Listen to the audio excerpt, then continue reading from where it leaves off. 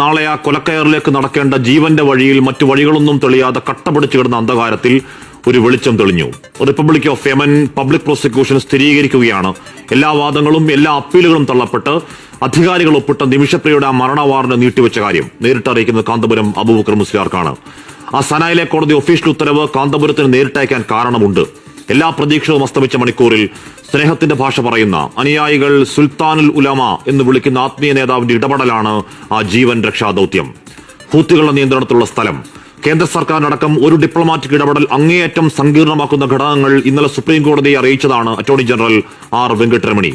അങ്ങനെ എല്ലാം അസ്തമിച്ച് ശിക്ഷ നടപ്പാക്കാൻ 24 മണിക്കൂർ പോലും ഇല്ലാത്തപ്പോൾ അടഞ്ഞ വാതിലുകൾ തുറക്കാനിറങ്ങിയതാണ് കാന്തപുരം.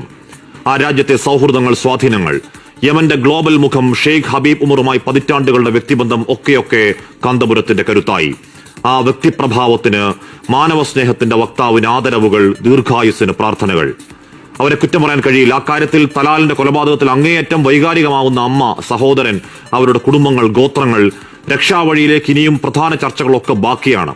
ദയാധനം വാങ്ങി അപരാധത്തിന് മാപ്പ് നൽകിയത് കോടതിയെ ആ കുടുംബം അറിയിക്കൽ പ്രധാനമാണ്. ആ ബ്ലഡ് മണി അതെത്രയാണെങ്കിലും നമ്മുടെ ഒരു കൂടപ്പിറപ്പിന്റെ ജീവൻ കാക്കാൻ ഈ നാട് സമാഹരിക്കുമെന്നത് കേരളത്തിന്റെ വാക്കാണ്.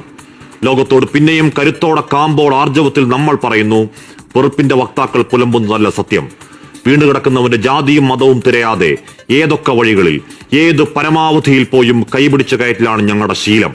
ഇതാണ് Kerala story, the real Kerala story.